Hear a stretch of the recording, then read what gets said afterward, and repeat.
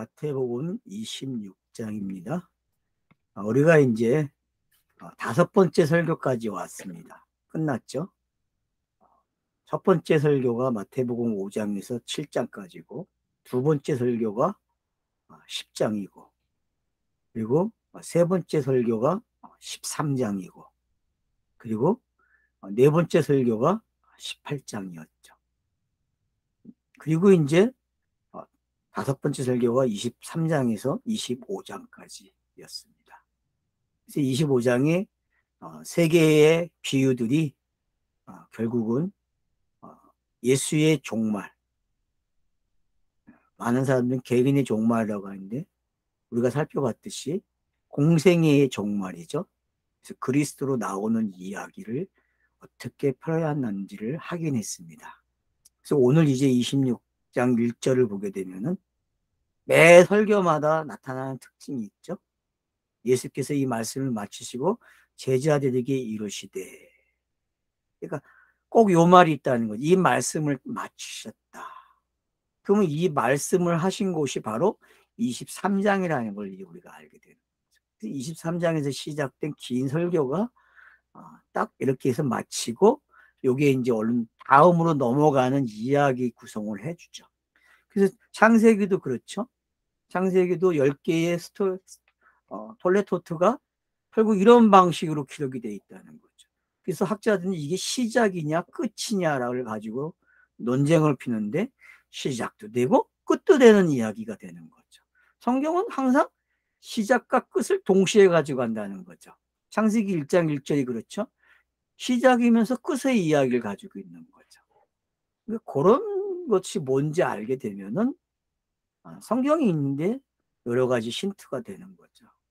이거 꼭 문학적으로만 볼 게 아니라 성경 저자들이 가지고 있는 그 의식 구조나 책을 쓰는 구조가 그렇다는 거죠. 근데 그게 모세부터 그렇게 시작이 됐다는 거죠. 결국 모세부터 그렇게 됐다는 거는 사람들이 인지하는 방법이 그렇게 되어 있다는 것을 그 하나님은 알고 있는 거죠. 그렇기 때문에 그 방법을 이용해서 사람들로 하여금 인지할 수 있도록 하는 거죠. 고대의 서사들도 신화들도 전부 그런 방식으로 기록이 된 거고, 그런 문장의 해석들을 알기 때문에 지금은 더 많은 고대 문학을 해석할 수 있는 거죠. 그래서 옛것이 좋다라는 것도 맞지만 옛것이 보다 좋은 게 새것이라는 거죠. 새것은 옛것에 기대어 새것을 만들어내는 거죠. 옛것이 필요 없다고 말을 하면 안 되죠. 새것을 말하더라도 항상 옛것이 있어야 되는 거죠. 그런 면에서 우리는 항상 보수도 되어야 되고 진보도 되어야 되는 거죠. 근데 이제 뭐 한쪽에 너무 오래 머무르면 결국 자기도 모르게 자기의 세계관 속에 빠져서 결국은 또 이상한 행동을 하게 되고 이상한 말을 하는 게 일상생활에서 우리가 볼 수 있는 현상들이죠. 자, 그래서 이제 5번째 설교는 종말이었다는 걸 알게 되죠. 종말. 그래서 산상수훈과 이 종말이 어떻게 어울릴 수 있는지 우리는 많은 독자님들에게 제가 계속 질문을 하게 했고, 산상수훈과 이 5번째 설교가 어떻게 짝이 돼서 어떤 것을 만들어낼 수 있을지, 이건 이제 본인들이 해야 될 숙제죠. 제가 여기 그거 풀어줄 수 있는, 아마 개인적으로 찾아오시면 풀어줄 수 있어요. 그러나 여기에서는 그런 거를 다루지는 않습니다. 왜냐하면 저는 성경 읽기에 도움을 드리는 거기 때문에 성경을 잘 읽을 수 있도록, 성경이 책은 예수 그리스도를 이야기하는 거다. 그래서 예수가 그리스도가 되는 이야기라는 것을 저는 이야기하기 위해서 이 강좌를 열은 거고, 그렇기 때문에 그거에서 벗어나는 일들은 하지 않으려고 합니다. 그거에 대해서 더 하고 싶은 분들이 있다면은 찾아오세요. 찾아오시면은 시간을 얼마든지 내드릴 수 있습니다. 그래서 이제 오늘 26장으로 넘어오면서 이야기되고 있는, 그래서 25장 46절에 보면은 그들은 영벌에 의인들은 영생에 들어가니라, 이렇게 문구를 작성해 놓고. 그러면 여기서 말하는 그 영벌과 의는 영생을 들어간다는 게, 영벌이라는 개념을 어떤 사회학적인 일반인들이 가지고 있는 개념, 기독교가 가지고 있는 개념으로 가져가면 안 되죠. 이 영벌은 지옥 개념이 아닙니다, 여러분. 물론 지옥도 불교나 어떤 종교가 이야기하는 개념이 아니죠, 성경에서는. 그래서 우리는 이제 이 영벌의 개념을 이해해야만 예수의 스타로스가 세워지는 십자가의 사건이 일어나는 것이 이해가 되는 거죠. 영벌이라는 것은 스타로스가 세워지는 걸 영벌이라고 하는 거예요. 그래서 육의 시간, 크로노스의 시간, 공생애의 시간이 끝나는 거죠. 그렇게 해서. 그리고 어느 시간으로 넘어갑니까? 카이로스의 시간으로 넘어가고, 바로 이 영벌이 있기 때문에 누군가에게는 의가 적용되는 거죠. 그래서 공의가 있어야 되고, 그 공의를 가지고 바탕이 돼서 의가 전가되는 그런 노마스의 신학이 나오게 되는 발판이 되는 거죠. 그래서 여러분들은 이 영벌이라는 단어가 어떤 두려움으로 느껴지지 마시고, 당연히 사역에 있어서, 예수의 공생에 있어서 이거는 꼭 필요한 용어라는 사실을 알고 계셔야 한다는 겁니다. 그래야만 우리가 성경 읽기에서 실패하지 않아요. 과거에는 영벌과 영생을 완전히 어떡합니까? 분리해 놨어요. 근데 영벌이 없이는 의인이 없다는 사실을 아셔야 돼요. 수고하고 무거운 짐진 자라는 말이, 그걸 다 내게로 가져오라고 한 것이 바로 뭡니까? 바로 예수가 영벌을 받는다는 이야기입니다. 그러면은 그 수고하고 무거운 짐이 뭡니까? 많은 사람들은 자기가 지은 죄라고 생각을 해요. 성경은 자기가 지은 죄를 이야기하지 않습니다. 각 개인들이 지은 죄를 예수가 지고 가는 이야기하지 않습니다. 성경에서 말하는 그 수고하고 무거운 짐은 율법을 가리키는 거예요. 율법.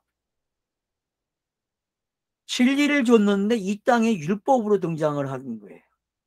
그래서 그 율법을 해서 사함을 얻는 방법을 찾는 것이 공생애가 시작되는 거예요. 그래서 율법의 요구가 예수를 요구했다는 거죠.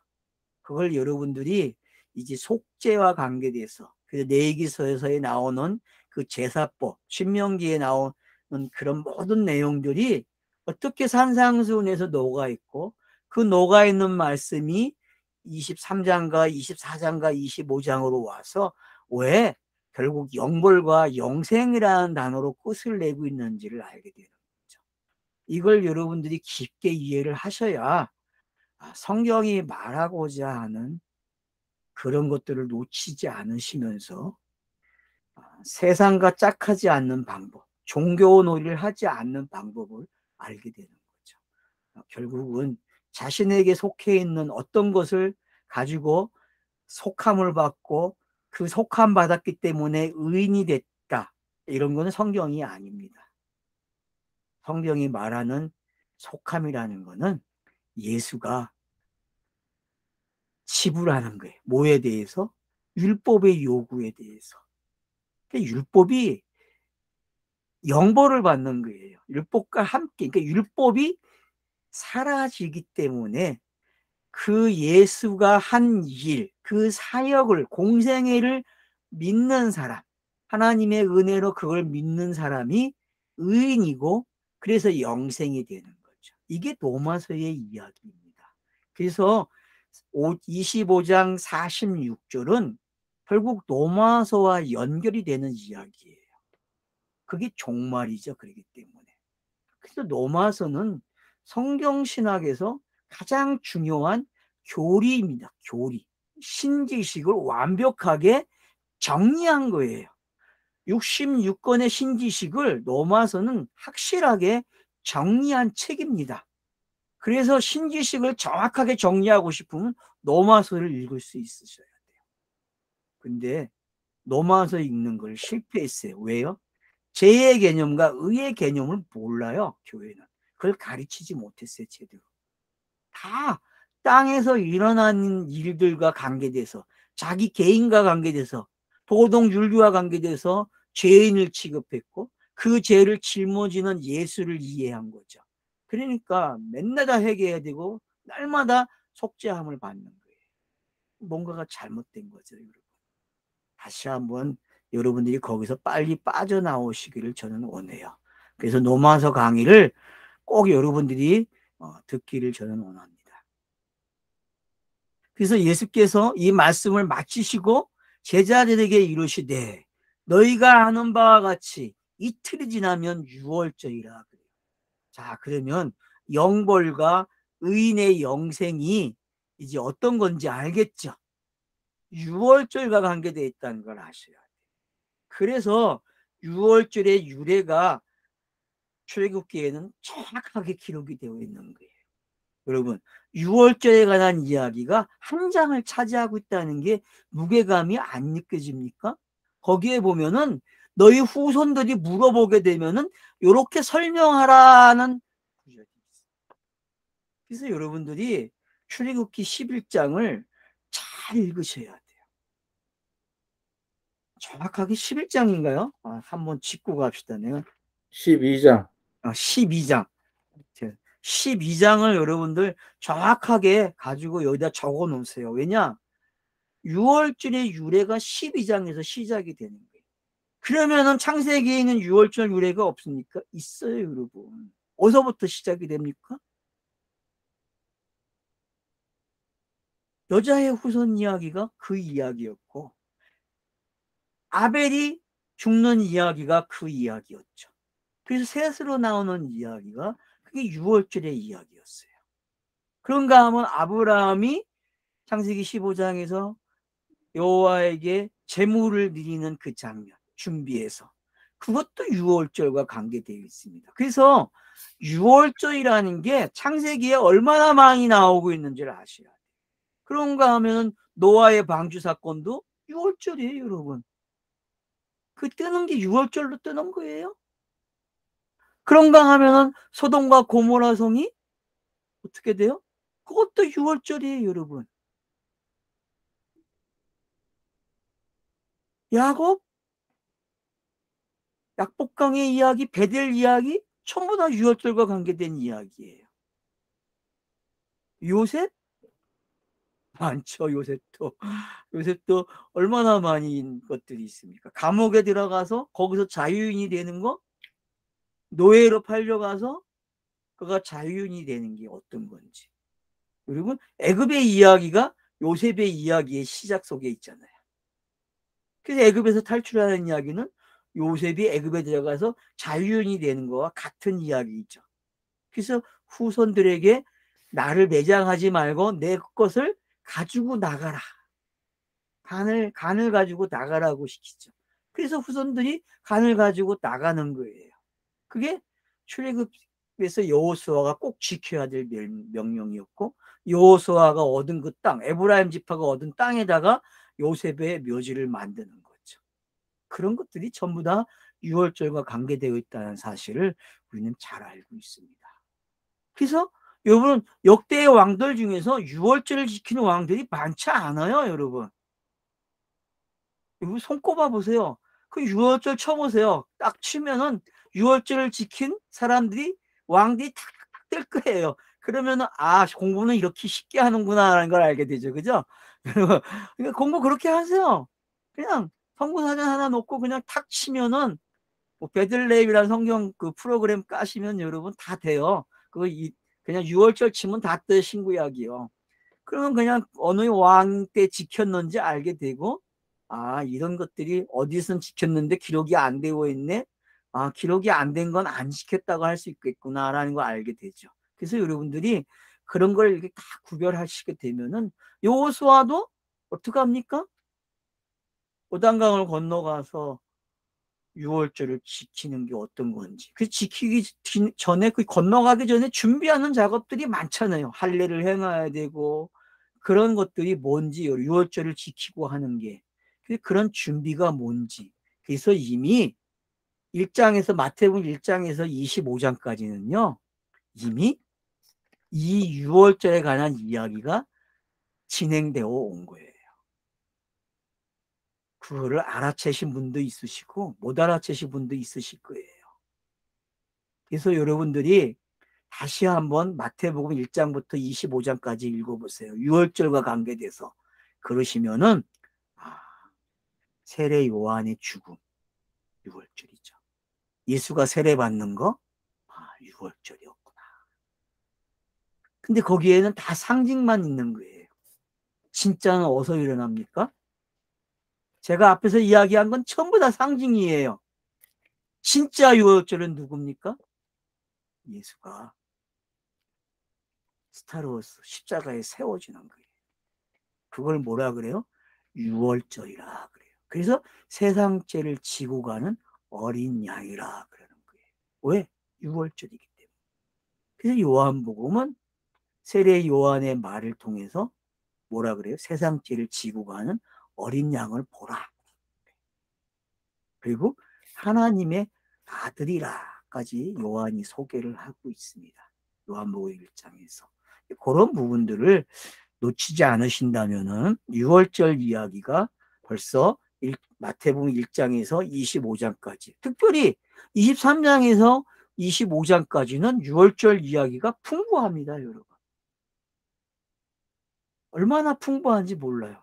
제가 누누이 강조했습니다. 그런 부분들을 여러분들이 놓치지 않으시고 한번 줄을 차분하게 그어보세요. 그게 몰입하는 거예요, 여러분. 그 몰입이 돼야 그게 바울이 말한, 에베소서에서 말하는 그 기도가 되는 거예요. 에베소서에는 바울의 기도가 2번 나옵니다. 1장과 3장에서. 근데 1장과 3장의 기도를 잘 면밀히 보세요. 그러면은 결국은 이 크로노스의 성경이 카이로스가 되는 성경을 이야기하고 있는 기도예요. 그게 뭔지 여러분이 아시게 되면은 깊이와 넓이가, 성경을 알아가는 그 재미가 쫄쫄할 것입니다. 그래서 성경 이야기는요, 나에게 적용하는 게 아니에요. 깨닫는 거예요. 예수가 어떤 일을 했고 그리스도가 어떻게 됐는지, 그거를 깨닫는 게 성경 읽기에 바탕이 되고 기본이 돼야 된다는 거죠. 그 기본이 되고 그것이 바탕이 되면요, 내 삶이 자유로운 거예요. 그게 사도행전 이야기였잖아요. 그래서 제가 프리덤이라고 외치고 끝났잖아요, 사도행전을. 6월절이 있어야만 프리덤이 되는 거예요, 여러분. 6월절. 그거를 전하는 베드로와 바울의 모습 속에 사도행전은 정확하게 예수와 그리스도를 담아놨다는 거죠. 그리고 그것을 잘 읽어내신다면 오늘 이 26장이 풍부해질 수 있다는 거 잊지 마십시오. 그래서 이틀이 지나면 6월절이라 그래요. 이틀이 지나면. 그래서 이제 준비를 하기 시작합니다. 그때에 자, 한쪽 편에서는 어떤 일이 일어나고 있는지 가르쳐 줍니다. 왜요? 한쪽 편에서는 이제 때가 됐으니까 움직이는 모습이 있어야 되겠죠. 뭘 준비해야 돼요? 6월절을 준비해야 돼. 한쪽에서도 두 쪽 다 6월절을 준비하는 겁니다. 진짜 6월절. 알겠죠? 그러니까 여러분들이 똑같이 진행되고 있다는 거. 이 무리, 그때의 대제사장과 백성의 장로들이 가야바라 하는 대제사장의 간정에 모여 예수를 흉계로 잡아 죽이려고 의논하되 말하길 일난이 날까 하노니 명절에 하지 말자 하더라. 원래는 뭐예요? 명절에 안 하려고 해요. 근데 어떡합니까? 예수가 그 안에 들어가니까 진행이 되는 거예요. 그리고 그날 만찬을 하고 그날 잡히시고 그날 재판을 받고 그날 돌아가시는 거예요. 그러니까 이렇게 빨리 진행된다는 게 어떤 건지 이해를 하셔야 된다니까요. 그래서 우리가 예수 그리스도를 안다는 게 성경 읽기에서 얼마나 중요한지를 다시 한번 하게 되는 거죠.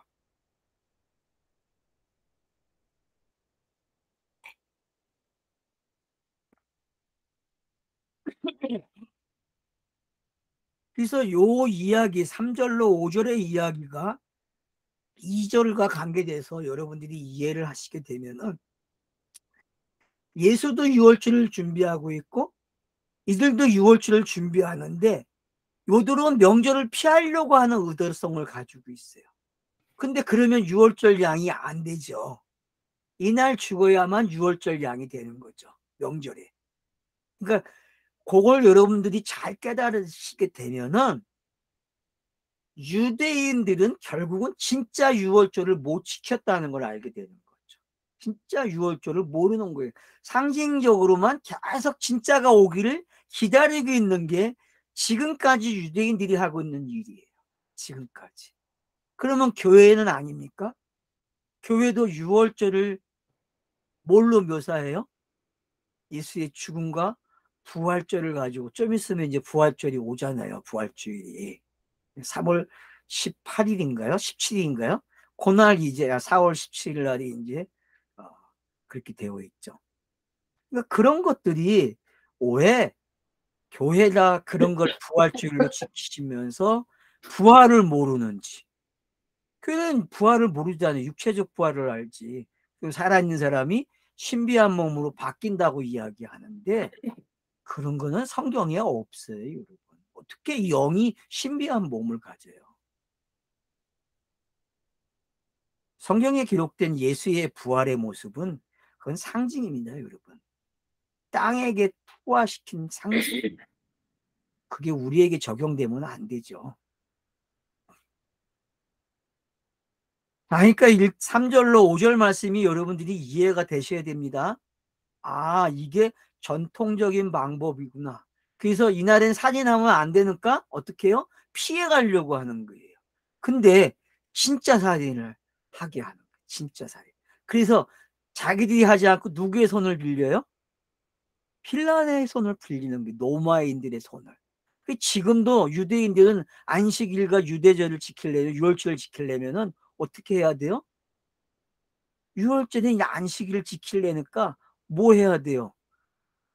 일하면 안 돼요. 그래서 자기 집 아파트에 나인에 이방인이 사는 걸 되게 중요시해요.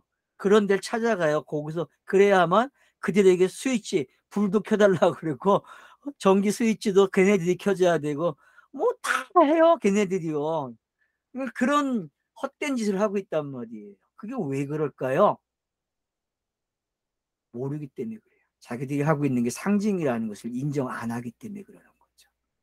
진짜가 왔는데 상징이 끝났는데 계속 하고 있는 게 어떤 건지를 알아야 한다는 것이죠. 그래서 3절과 5절에 있는 이 말씀은 2절과 어떤 긴박성이 있으면서 예수는 이날 죽어야 되고 이들은 이날 죽이지 않겠다고 하는 이야기죠.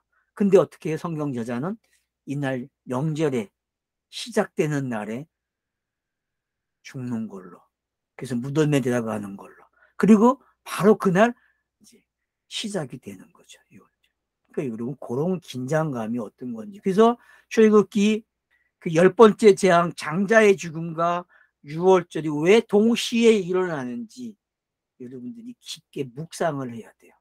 그 이야기와 예수의 종말과는 껌딱지 진짜 완벽한 거예요. 그래서 여러분들이 요거를 잘 이해하시게 되면은 성경 읽기는 풍부해집니다.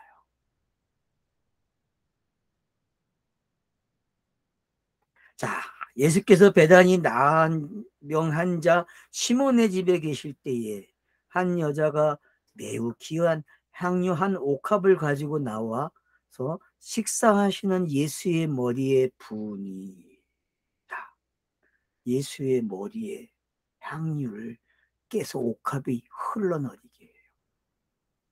자, 이걸 뒤에서 예수가 해석을 해줍니다. 제자들이 반론을 하죠. 제자들이 보고 분개하되 무슨 의도로 이것을 허비하느냐, 이것을 비싼 가에 팔아 가난한 자에게 줄 수 있었겠도다 하거늘. 자, 여러분, 예수가 가난한 자에게 주는 건 뭐밖에 없어요? 유월절이죠. 예수가 가난한 자에게 진짜 주는 건 유월절이에요. 그러면 이 여자가 한 일이 뭡니까? 유월절이죠. 유월절을 준비한 거잖아요. 진짜 유월절이 뭔지를 이 여자가 준비해 주는 거예요. 그래서 옥합을 유리를 깨고 그 안에 있는 향유가 나오는 거죠. 그러면 이게 기름 부음 붓는 장면이잖아요. 기름 부음 붓는 장면이에요. 사울이 기름 부음을 받을 때에 뭘로 기름을 부음 받았어요? 병으로 기름을 받고요. 다윗 왕은 뭘로 받아요? 뿔로, 뿔에다가 해서 기름 부음을 받아요. 여러분, 이게 뭐가 다른지 알고 계셔야 돼요. 이게 그 옥합을 깨는 게 뭔지 아셔야 되고, 옥합을 깬다는 거는 육이 깨지는 거잖아요. 육이. 그거는 성경학자들도 그렇게 이야기합니다. 육이라고. 그래서 육에서 부활하는 모습을 담아놓은 게 이 여자가 하고 있는 상징의 모습이에요. 그걸 예수가 설명하는 거예요. 그래서 10절에 뭐라고요? 너희가 어찌하여 이 여자를 괴롭게 하느냐? 그가 내게 좋은 일을 하였느니라. 가난한 자들은 항상 너희와 함께 있거니와. 맞죠? 너희와 항상 함께 있어요. 왜요?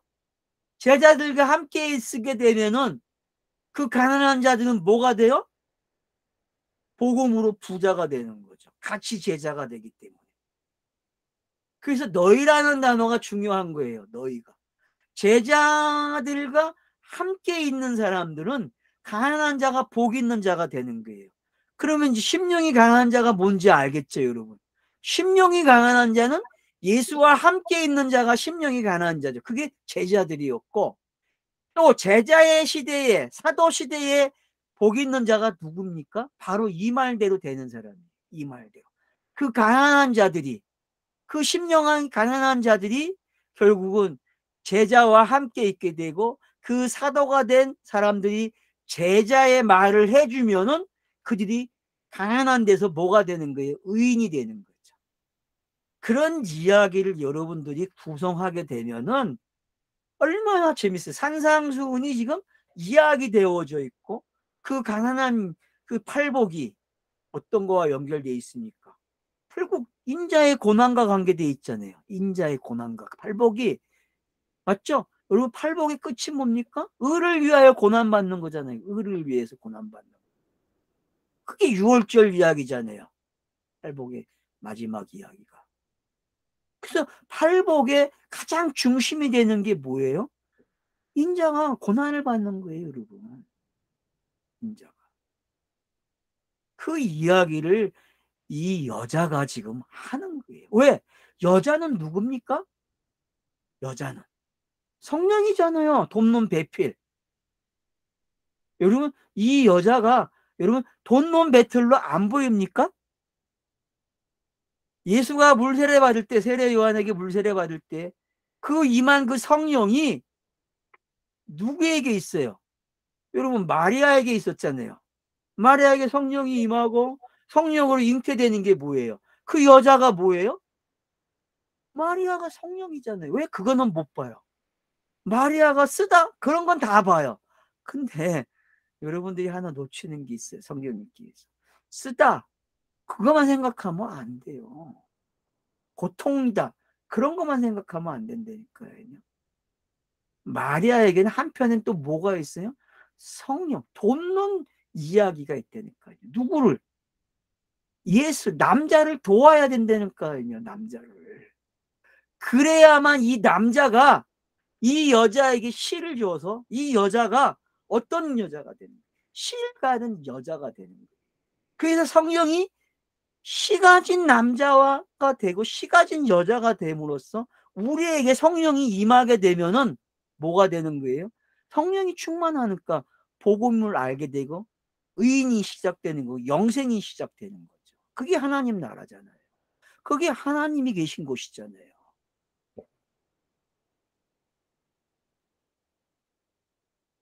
오늘 하지 않았던 이야기를 제가 좀 크게 좀 벌려놨는데, 여러분 이 부분은 여러분들이 좀 체크를 하셔서 좀 곱씹으면 좋겠어요. 묵상을 좀 하시면요. 그래서 이 여자의 특징이 이제 뭔지 알겠죠? 네? 이 여자. 그래서 보세요. 뒤에 이 여자가 내 몸에 향유를 부은 것은 내 장례를 위하여 함이니라. 이게 6월절과 연결되는 거고, 제사장과 연결되고 제자들과 연결이 되는 거예요. 왜? 제자들은 아직 몰라요. 이 여자가 하는 거에 대해서.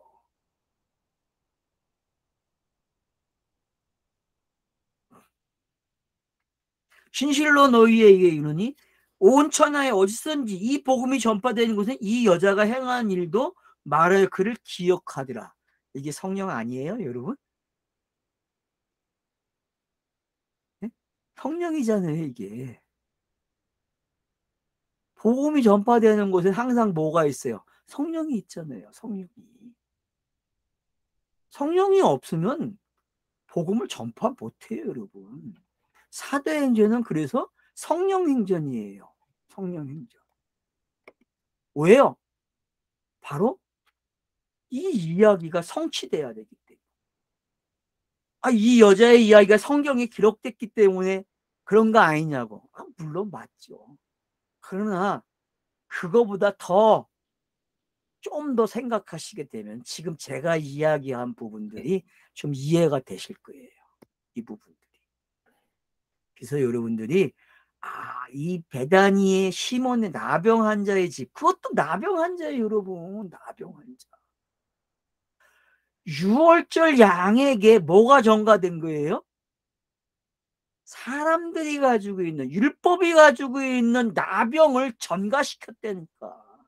그래서 이 땅의 모든 사람들이 나병 환자가 되는 거고 예수가 나병 환자가 되는 거예요. 왜? 나병을 낫게 하기 위해서. 그러면 이 나병 이야기가 여러분 엘리사 이야기에 있으니까 엘리야 이야기에 있습니까? 엘리야 이야기 속에 있죠. 그죠? 엘리야 이야기 속에.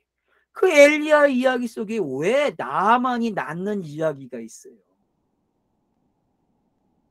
왜 요단강에 7번 들어가게 합니까? 그런 이야기들이 뭔지 여러분이 이해를 하시게 되면은 나병이 뭔지 아는 거예요. 나병. 그런가 하면은 보세요. 예? 예루살렘이 포위되어 있을 때에 문둥병자들이 어떡합니까? 그들이 물러나고 도망간 이야기를, 그 복된 소식을 누가 옮겨줘요? 그 나병 환자들이 가서 성에 전달하잖아요. 그 이야기와 이 이야기는 여러분 같은 이야기예요. 지금 이해가 되십니까요? 이런 것들이. 그러니까 여러분들이 구약의 배경만 가지고 계시면은 지금 줄이 쫙쫙쫙 거지는 거예요.